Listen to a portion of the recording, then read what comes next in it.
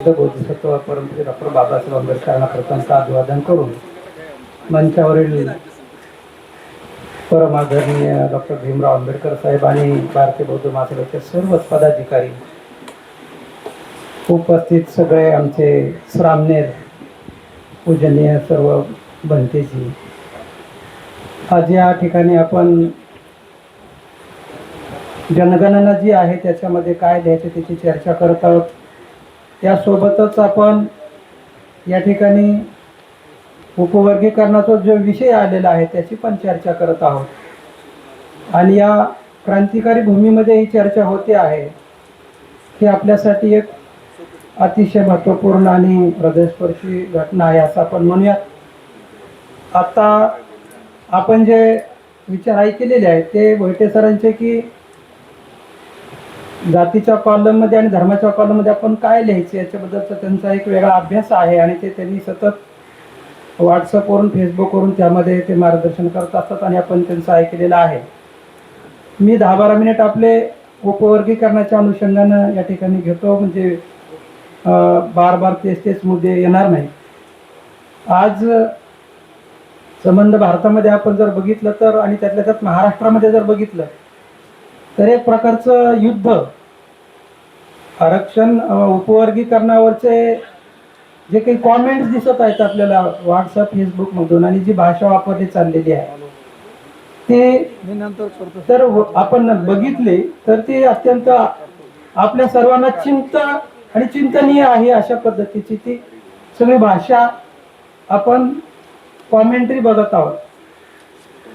खरं तर गेल्या 30 वर्षापासून भारतामध्ये अनुसूचित जातीचे आरक्षण हा भारतातील इंटेलेक्च्युअल क्लासच्या पुढचा एक यक्ष प्रश्न निर्माण झालेला आहे. यक्ष प्रश्न, आणि तो भारतातील इंटेलेक्च्युअल बौद्धिक क्लासच्या पुढचा प्रश्न आहे. आणि या प्रश्नाला 2 बाजू आहे, म्हणजे हा डिबेटचा विषय बनलेला आहे. म्हणजे हे दिलं पाहिजे असं म्हणणारे अनेक लोक आपल्याला दिसतात आणि ते पुराव्यानिशी सांगतात की हे कसं दिलं पाहिजे. मग ते शाहू महाराजाचं उदाहरण सांगतात, उपेक्षितांना न्याय दिला पाहिजे म्हणतात, समता खालच्या स्तरापर्यंत गेली पाहिजे असं म्हणतात. त्या विरोधामध्ये बोलणारे बी लोक आपल्या त्या बाजूनी बोलणारे लोक आहेत. आणि आज आपण बघतोय की अत्यंत वाईट शब्दामध्ये यामध्ये सगळीकडे आता युद्ध सुरू झालेलं आहे. ते सगळं आपल्या पुढचं, त्यातल्या त्यात भारतीय बौद्ध महासभेच्या पुढचं एक चॅलेंज आहे, आव्हान आहे असं मी समजतो.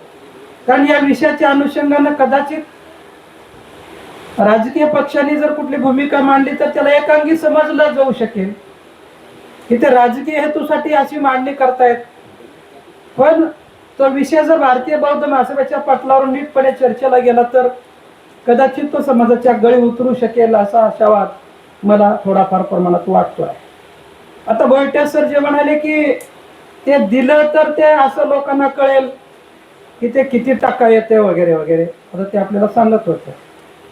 मी या मताचा आहे की हे जे वर्गीकरणाचा विषय आलेला आहे हा वर्गीकरणाचा विषय हा जाणून बुजून हेतुपूर्वक मनवादी व्यवस्थेने समाजामध्ये आणलेला आहे, हेतुपूर्वक आणलेला आहे. ह्याच्या पाठीमागे एक राजकारण आहे, ह्याच्या पाठीमागे एक षडयंत्र आहे. आणि ते षडयंत्र इंटेलेक्च्युअल क्लास साधण्यासाठी कमी पडलेला आहे. आणि गेल्या 30 वर्षापासून हा गोंधळ आहे. आपण जर एक साधे प्रश्न विचारले आपल्या मनाला की खरंच इथल्या राज्यकर्त्यांना आरक्षण द्यायचं आहे काय, जर आपण मंडल कमिशन किती उशिरा लागू केलं, मंडल कमिशनची नियुक्ती कधी केली, त्याच्यानंतर त्याची अंमलबजावणी कधी केली, हे जर आपण बघितलं तर इथल्या राज्यकर्त्या लोकांना आरक्षण जे आहे हे द्यायचं नाही हे बायहर्ट आपल्याला कळत आहे. दुसरी गोष्ट, आपण जर अनुसूचित जातीच्या बाबतीतल्या आरक्षणाचा विचार केला तर जे काही बॅकलॉग राहिलेला आहे अनुसूचित जाती जमातीच्या नोकर भरतीचा, तो लाखोंच्या संख्येमध्ये जो बॅकलॉग आहे तो भरला गेलेला नाही. याच्यावरून आपल्याला हे दिसून येतंय की इथल्या राज्यकर्त्यांची जी भूमिका आहे आरक्षणाचं इम्प्लिमेंटेशन करण्याची भूमिका नाही. तिसरी बाब आपण लक्षात घेतली पाहिजे की गेल्या 2012 पासून पूर्णतः नोकर भरती बंद आहे. जवळपास भरतीच बंद आहे. पोरं आता PhD नेट शेट केलेत पण वॅकन्सीज नाहीत. शिक्षक रिटायर झालेत, प्राध्यापक रिटायर झालेत, तिथं जागा भरलेल्या नाहीत. 1-2 शिक्षकावर शाळा सुरू आहे. गावकुशावर रिटायर किंवा मृत्यूमुळे रिकाम्या झालेल्या जागामध्ये शिक्षक भरतीच नाही, त्यामुळे विषय शिक्षक नाहीत. अशी परिस्थिती आहे. महाविद्यालयीन पातळीवर नेट शेट PhD केलेले पोरं हे त्यांना CHB लेवल बेसिसवर सुद्धा लवकर पेमेंट दिलं जात नाही. ही वस्तुस्थिती आहे. याच्यावरून आपल्याला एक लक्षात येत आहे की राज्यकर्त्यांची भूमिका जी आहे, इथलं आरक्षण जे आहे नीटपणे इम्प्लिमेंटेशन करायचं तर नाहीच, पण खाजगीकरणाच्या माध्यमातून आरक्षण खतम करायचं हा शासक जातीचा डाव आहे. तो आपण सगळीकडे सांगितलं पाहिजे. आरक्षणामध्ये भांडणं लावून आरक्षण खतम करायचं हा शासक जातीचा डाव आपण ओळखून आपण सगळ्या समाज घटकामध्ये सांगितलं पाहिजे. हे मोठं आव्हान आहे आपल्यावरच. ते दिलं तर त्यांना कळल न कळल, पण ते देणं हेच खूप मोठं घातक आहे, खूप घातक आहे. हे वर्गवारी करणं म्हणजे मला काही लोक व्हॉट्सअपवरून मी बघतोय की मग शाहू महाराजांनी आरक्षण हे दिलं, मग ते घोड्याचं उदाहरण सांगतात आणि ते म्हणतात की मग दुबळ्यांना एक वेगळी संधी शाहू महाराजांनी निर्माण केलेली होती आणि दुबळ्यांची दक्षता घेतलेली होती. पण मी त्यांना सांगू इच्छितोय की आजचे राज्यकर्ते शाहू महाराज नाहीत, शाहू महाराजाच्या विरोधामधले आहे. आणि म्हणून शाहू महाराजाचं ते उदाहरण आजच्या राज्यकर्त्यांच्या बाबतीमध्ये लागू पडत नाही. शाहू महाराजांचं जे काही विजन होतं त्या काळामध्ये रिझर्वेशन देण्याचं, ते विजन आजच्या राज्यकर्त्यांना लागू पडत नाही. आम्हाला लहानपणी एक गोष्ट होती की लोण्याचा गोळा 2 बोके वाटप करण्यावरून एक माकड येते आणि त्यानं म्हणते की मी तुम्हाला यांचं नीट वाटप करून देतो, तुम्ही भांडणं करू नका. आम्हाला लहानपणी ती गोष्ट होती. आणि ते लोण्याचा गोळा ते दोन्ही पारड्यामध्ये त्यानं ठेवायचं, जिथं जास्त झालं तिकडलं उचलून थोडंसं खायचं. आणि असं करता करता त्या पारड्यातला सगळं लोण्याचा गोळा खतम केला त्या माकडानं आणि दोन्ही बोके एकमेकाकडे बघत नुसते भांडतच बसले. ही परिस्थिती आजची आहे, ही परिस्थिती आजची आहे. मी आपल्याला एक रास्त प्रश्न सगळ्यांना विचारतो या भूमीमधून की आपल्या, जास्त वेळ नाही पण एक 8-10 मिनिट आणखी बोलून, आपल्या कुठल्याही महापुरुषांना त्यांच्या जातीचं काम केलंय का ह्याचा तपास घ्या. मग ते अण्णाभाऊ साठे असतील, बाबासाहेब असतील, फुले असतील, गाडगे महाराज असतील, तुकाराम महाराज, कोणी पण असतील, लवजी साळवे असतील, सगळे महापुरुष ज्यांना आपण परिवर्तनाचे महापुरुष म्हणू, त्यांच्याकडे जर आपण बघितलं तर आमच्या महापुरुषांनी त्यांच्या जाती पुढं जातीसाठी, जातीला लक्षात घेऊन जातीसाठी काही बेनिफिट किंवा विशेष प्रावधान केलेलं नाही. आणि मग आमच्या महापुरुषांचीच भूमिका जात सुधारणे नाही, तर मग आता हे जे काही आम्ही भांडण करतो आमच्या तमाम महापुरुषांच्या तत्वाच्या विचाराच्या विरोधामध्ये आहे की काय, अशी शंका मला या लागलेली आहे. आपल्या महापुरुषांचं जे काही ध्येय आहे, जे उद्दिष्ट आहे, हे इथली जी विषमतावादी व्यवस्था आहे ती खतम करणे आणि समताधिष्ठित समाज व्यवस्था निर्माण करणे आपल्या महापुरुषांचं उद्दिष्ट, जीवनाचं ध्येय राहिलेलं आहे. नुसतं ध्येय नाही तर ह्या ध्येयाच्या पूर्तीसाठी त्यांनी टोकाचा संघर्ष केलेला आहे. आपले मुलं सुद्धा त्यांना गमवावी लागलेली आहेत. त्याच्यामध्ये आपल्याला सगळ्यांना माता रमाईचं उदाहरण माहिती आहे.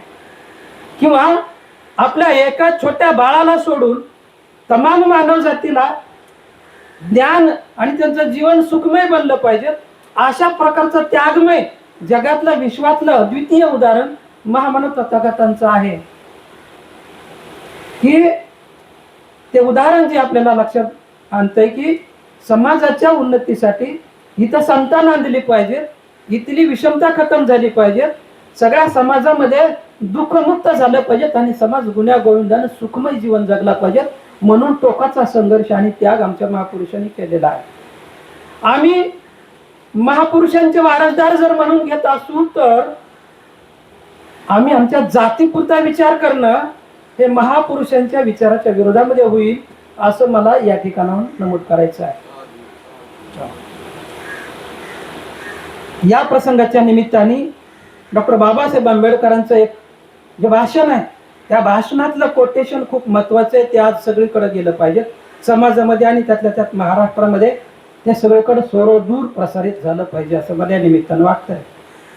याच मुंबईमध्ये रेड लाईट एरियामध्ये जेव्हा बाबासाहेब उदाहरण देतात की एक आमची भगिनी वरच्या मजल्यावरून सुलेमान बिरानी और उसके साथ खीमे की प्लेट लेके आ, अशा पद्धतीचा आदेश देते रेड लाईट एरियातली आमची एक भगिनी, बाबासाहेब सांगतात. आणि आमची दुसरी भगिनी आहे गावकुसामधली की ती मोलमजुरी करून जीवन जगते. बाबासाहेब या उदाहरणावरून सांगतात, माणसाला मनुष्य मात्राला लाभ प्यारा नाही, इज्जत प्यारी आहे. आमचा संघर्ष, बाबासाहेबांचा संघर्ष, महापुरुषांचा संघर्ष हा लाभासाठी नाही वैयक्तिक, तर तो आमच्या सन्मानासाठी आहे, इज्जतीसाठी आहे. बाबासाहेब असं म्हणतात की आमची लढाई ही भाकरीसाठी नाही, तर आमची लढाई ही स्वाभिमानासाठी लढाई आहे. आणि मग आज जर या भूमिकेतून आपण जर विचार केला तर आजची जी लढाई आहे ही भाकरीची चाललेली लढाई आहे, ही स्वाभिमानाची आणि समतेची लढाई आहे का? नाही, निश्चितच नाही. ही लढाई भाकरीची आहे, पण भाकर तरी आहे का दुर्डीमध्ये? आणि ठेवली चालली का? आरक्षण आहे का? ज्याच्यासाठी आपण एवढं रान उठवून घेत आहोत, एकमेकावर असं पण भांडत आहोत. अण्णाभाऊ आपल्या भाषणातून सांगितलं, म्हणाले की या देशामध्ये, या भारतामध्ये समता नांदली पाहिजे, असं स्वप्न मला पडते. ते स्वप्न घेऊन, उराशी स्वप्न घेऊन मी जगत असतो, अण्णाभाऊ असं म्हणतात. आणि ते उदाहरण आमचे तमाम लोक भाषणामध्ये सगळीकडे सांगत असतात. जग बदल घालून गाव सांगून गेले मला भीमराव, एकजुटीच्या रातावर आरूढ वाहन ये खान वगैरे वगैरे सगळं. आता हे भाषण करणारे लोक आज मी बघतोय मातंग समाजातले तमाम महाराष्ट्रातले किती आरक्षणाच्या बाजूने उभा आहे, आरक्षण मिळालं पाहिजे म्हणतात. ज्यांचे भाषण ऐकण्यासाठी 10-10, 20-20 हजार रुपये लोक महाराष्ट्रामध्ये फीस देऊन त्यांना बोलवत होते, ते आज आरक्षण मिळालं पाहिजे असं म्हणत आहे. दुर्दैवाने महापुरुषांची जी लढाई आहे ही त्यांनी समजून घेतली का नाही इतक्या दिवसामध्ये, त्याची शंका आहे. बाबासाहेब आपल्याला म्हणतात की मनुष्य मात्राला लाभ प्यारा नाही, इज्जत प्यारी आहे. आणि आमचा संघर्ष भाकरीसाठी नाही, आमचा संघर्ष सन्मानासाठी आहे. म्हणून बाबासाहेबांनी ते उदाहरण दिलं होतं की मनुष्य म्हणून आपण, आपल्याला काय उपयुक्त आहे, आमचा लढा कशासाठी आहे. तर आज जे आपण बघत आहोत आरक्षणाच्या माध्यमातून, हा लाभाची जो लढा आहे तो अँटी आंबेडकरी आणि अँटी मुव्हमेंटचा लढा आहे असं मी या ठिकाणातून घोषित करतो. कारण आमचा लढा, मी महाराष्ट्रातल्या तमाम विचारवंतांना या भूमीतून हे प्रश्न विचारू इच्छितो की त्यांनी त्या प्रश्नाचं उत्तर दिलं पाहिजे की फुले आंबेडकरी चळवळ, महापुरुषांनी चालवलेली चळवळ ही भाकरीची चळवळ आहे का सन्मानाची चळवळ आहे. या प्रसंगाच्या निमित्ताने सोलापूर करकम या ठिकाणी बाबासाहेबांनी दिलेलं भाषण आपल्या शेवटच्या 2 मिनिटांमध्ये आपल्या पुढे ठेवण्याचा प्रयत्न करेन. 1937च्या सुमारास बाबासाहेबांनी सोलापूर करकमकडे जी भाषण दिलेलं आहे ती आजच्या प्रसंगाने खूप महत्वाचं आहे. आणि अनिलेशन ऑफ कास्ट मध्ये बाबासाहेब म्हणतात की जात ही एक मनाची अवस्था आहे, ती the notion of the mind. ही मनाची अवस्था आहे जात मध्ये. काय मार मार, काय मान मान, काय चमार चमार, ही जात ही मनाची अवस्था आहे. मांग बाप आणि माय मांग, तर पोरग जन्माले बरोबर मांग. कोणी ठरवलं की त्याला जन्मातच जात चिटकून आली, पोटातून ते बाहेर पडल्याबरोबर मांग मार. बाबासाहेब असं म्हणतात अनिलेशन ऑफ कास्ट मध्ये, caste is notion of the mind. जात ही एक मनाची स्थिती आहे. त्याला असं कुठलं विज्ञान लागू आहे, त्याला काय विज्ञानाचा असा बेस आहे, काय आधार आहे त्याला, बाबासाहेब अनिलेशन ऑफ कास्ट मध्ये म्हणतात. आणि सोलापूरच्या करकमच्या भाषणामध्ये बाबासाहेब म्हणतात की ज्याचा आज महाराष्ट्रातल्या तमाम विचारवंतांना तो विसर पडलेला आहे. बाबासाहेब असं म्हणतात की खरं म्हणजे आमच्यामध्ये आज जे काही भेदभाव आहेत, हे भेदभाव हे आम्ही निर्माण केले नाहीत, तर आमच्यामध्ये जे काही भेदभाव निर्माण केलेले आहेत हे आमच्यावर लादलेले आहेत. त्याला कोण कारणीभूत आहे? बाबासाहेब असं म्हणतात की त्याला इथली धर्मव्यवस्था कारणीभूत आहे. हिंदुइझम जो आहे ही गटारगंगा आहे आणि तो वरून आलेली गटारगंगा आहे, तो आमच्यावर लादलेली आहे, त्याचे आम्ही शिकार झालेलो आहोत.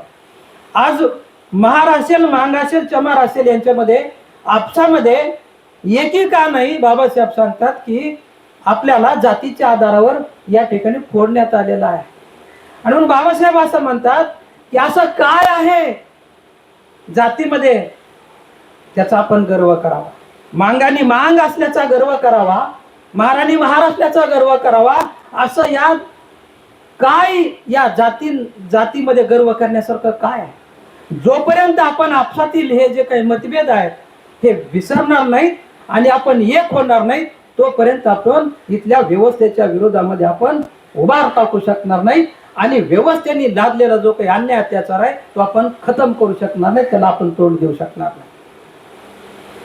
त्या करकमच्या भाषणामध्ये बाबासाहेब ह्या वेगवेगळ्या समाज घटकांचं ऐक्य पाहिजेत आणि ते ऐक्य झालं पाहिजेत.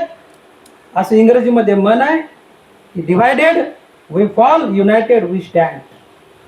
आणि the house divided by itself can not stand. जे घर स्वतःमध्ये दुबंगलेलं आहे ते उभा राहू शकत नाही. आणि जर या पद्धतीनं आम्ही जर भांडत बसणार असू, ज्याला कळते ते बी कॉमेंट्री टाकतंय, ज्याला नाही कळत ते बी कॉमेंट्री टाकतंय. कोण बी उठलं की रिकाम टेकडे लोक उठतात आणि कॉमेंट्री टाकत सुटतात. त्यानं तिकडून एक टाकली की दुसरीच टाकीत आहे. त्याचं काही वाचन आहे नाही, त्याचा काय परिणाम होईल समाजावर, चांगला होईल का वाईट होईल याचं काहीच तारतम्य नाही. की मी लिहिण्यामध्ये किती पटाईत आहे आणि दुसऱ्याचा मुद्दा कसा खोडून टाकू शकतो, अशा पद्धतीचं एक युद्ध सुरू झालेलं आहे.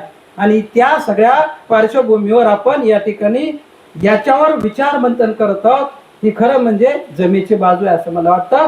या विषयाच्या अनुषंगाने संपूर्ण महाराष्ट्रामध्ये चर्चा झाली पाहिजे आणि लोकांना विचार करायला भाग पडलं पाहिजे की आमच्या महापुरुषांचा जो अनादिकालापासून असलेला जो संघर्ष आहे तो भाकरीसाठी संघर्ष आहे का स्वाभिमानासाठी संघर्ष आहे. जर स्वाभिमानासाठी, आत्मसन्मानासाठी आमच्या महापुरुषांनी जर त्यांच्या जीवाचं बलिदान आणि जीवाचा त्याग सगळं सर्वसंग परित्याग केलेला असेल, जे काही हे भांडण आहे भाकरीच, खरं तर हे भाकरीचं बी भांडण नाही, हे शिळ्या तुकड्याचं बी भांडण आहे का नाही शंका आहे. कारण आडातच नाही तर पहुऱ्यामध्ये परिस्थिती आहे आणि याला कारणीभूत जर कुठला आहे तर इथलं राजकारण आहे. आणि हे कशासाठी केलेलं जाता जाता मी आपल्याला सांगतो, हे कशासाठी भांडण आणलेलं आहे याची पहिली सुरुवात पंजाबमध्ये झालेली आहे. पहिली आरक्षणाची सुरुवात सब कॅटेगरायझेशनची 1975ला पंजाबमध्ये झाली. पंजाबमध्ये अनुसूचित जातीची संख्या जी आहे ती भारतामध्ये कम्पॅरेटिव्हली पंजाबमध्ये सर्वात जास्त आहे. म्हणजे 27 ते 28% पंजाब मधल्या एकूण लोकसंख्येच्या प्रमाणामध्ये जी काय पंजाबमध्ये एकूण लोकसंख्या सगळ्यांची त्याच्यामध्ये 27 ते 28% लोकसंख्या नुसत्या एसटीची आहे. आणि म्हणून प्रश्न निर्माण झाला की या लोकांना काहीतरी केलं पाहिजे आणि याचं कटकारस्थान what Gandhi and Congress has done for the untouchables मध्ये लपलेलं आहे. त्याचं कटकारस्थान राऊंड टेबल कॉन्फरन्स मध्ये लपलेलं आहे. बाबासाहेब आंबेडकरांनी जे 3 हिस्से मागितले होते भारतीय स्वतंत्र भारतामध्ये, आमचा 3रा हिस्सा राहील डिप्रेस्ड क्लासचा, भागीदारी राहील आमची, इथल्या राजकारणामध्ये आमची भागीदारी राहील. आणि त्या दिवशीपासून काँग्रेस कामाला लागली, गांधी प्रणित हरिजन सेवक संघ कामाला लागला. गांधी प्रणित हरिजन सेवक संघाने बाबासाहेबांना समांतर लिडरशिप उभा केली बाबू जगजीवन रामच्या रूपाने. आणि बाबू जगजीवन राम आणि गांधीजीचा हरिजन सेवक संघ कामाला लागले, पुण्यातले श्री माटे कामाला लागले. आणि या हरिजन सेवक संघाच्या गळाला महाराष्ट्रातला मातंग समाज मोठ्या प्रमाणात लागला आणि मांगाच्या डोक्यामध्ये विष पेरण्यात आले की तुमचं सगळं महाराणी खाल्लं. ते बौद्धांनी बी म्हणत नाही, तुमचं महाराणी खाल्लं, तुमच्या वाप्यात येणारं पाणी अडविलं, वाप्यात येणारं पाणी. पण मी जेव्हा आकडेवारी बघितली तेव्हा हे बेनिफिट जर कुठला रिझर्वेशनचा झाला असेल आकडेवारीसह तर महाराष्ट्रातल्या ढोर आणि चमारांना त्यांच्या लोकसंख्येच्या प्रमाणामध्ये सगळ्यात जास्त बेनिफिट झालेला माझ्याकडे आकडेवारी आहे लोकसंख्येच्या प्रमाणात. का बरं झाला? आता ह्यांचं तर तोंडच बघायचं नव्हतं, अशुभ होतं. आणि ह्यांचं तोंड जरा हे गावकुसामध्ये चर्मकार बांधव त्यांना जरा थोडं तोंड बघायला अडचण नव्हती. मांगाचं तर तोंड तर लय शुभ होतं, भेट मागण फिट पान, लय शुभ तोंड. उद्धार झाला का नाही तो आता नंतरचा मुद्दा. कुणाचा उद्धार झाला का, ह्यांचा उद्धार झाला नाही का, केला नाही, बरोबर आहे का? आणि म्हणून ब्राह्मणी व्यवस्थेने जरा सॉफ्ट कॉर्नर चमारांना आणि ढोरांना दिला. महारामांगापेक्षा चमार बरा ही नीती अवलंबली गेली. आपण बघतोय लोकसंख्येच्या प्रमाणामध्ये चमार आणि ढोरांना रिझर्वेशन मध्ये जास्त लाभ मिळालेले. मिळू द्या, ते आपले भाऊ आहेत, आपलं दुमत नाही. पण खोटं कसं पेरलं गेले समाजामध्ये की मांगाच्या सवलती हा बौद्ध समाजाने लाटल्या, हे जे काही खोटं पेरलं आणि मांगाच्या पुढाऱ्यांनी याचं राजकारण केलं आणि त्याच्यात त्यांची लिडरशिप, त्यांनी स्वतःला लिडर होण्यासाठी ते लढे त्यांनी लढले लिडरशिपसाठी. आणि आज समाजामध्ये ते सगळं वातावरण निर्माण झालेलं आहे. पण वस्तुस्थिती तशी नाही. ही आकडेवारी सांगते की बेनिफिट कोणाला झाला आणि कशामुळे झाला. आता फर्स्ट कम फर्स्ट सर्व आणि ब्राह्मणी व्यवस्थेमध्ये जरा जवळच्या नात्याने आमच्या बांधवांना ह्याचा बेनिफिट झाला असेल, आमचं त्याच्यामध्ये दुमत नाही. पण आज जे काही हे भांडण आहे हे बिनकामाचं भांडण आहे. याचं आपल्याला फायद्यापेक्षा नुकसान जास्त होणार आहे.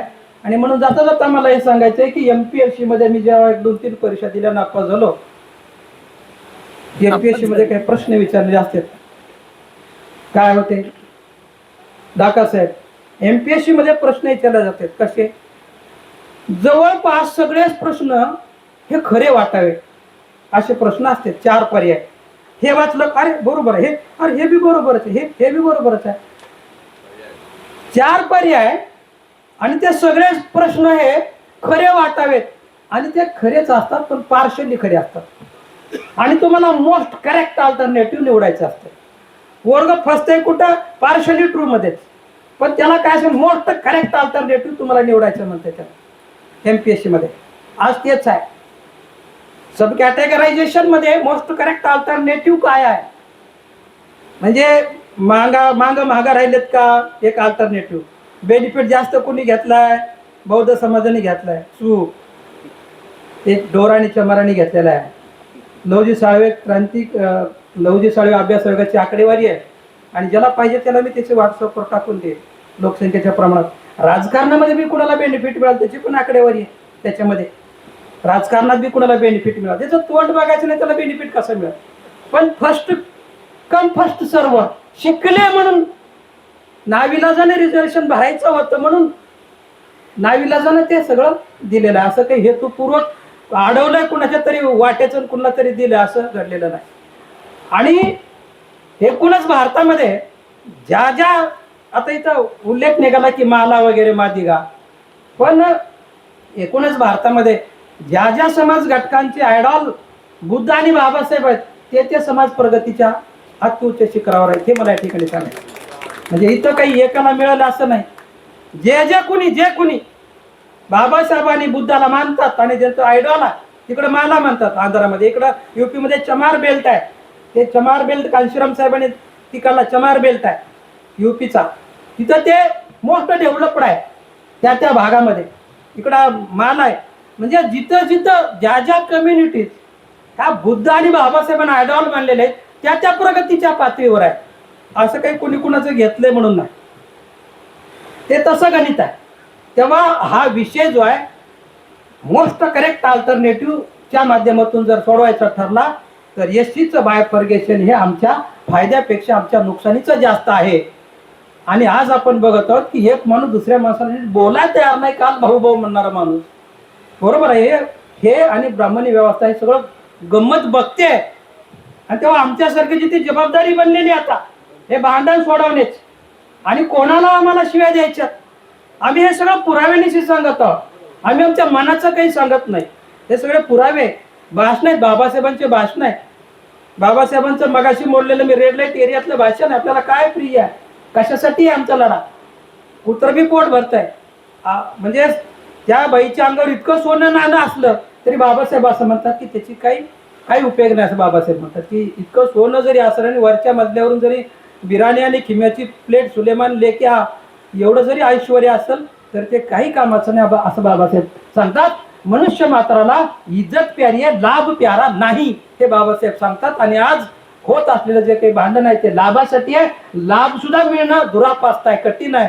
अशा परिस्थितीमध्ये हे आपल्या पुढचं आव्हान आहे. आणि त्यासाठी भारतीय बौद्ध महासभा महाराष्ट्रामध्ये किमान या विषयाच्या अनुषंगानं हे चर्चा करील असा आशावाद या ठिकाणी व्यक्त करतो. आपण मला ऐकून घेतलं.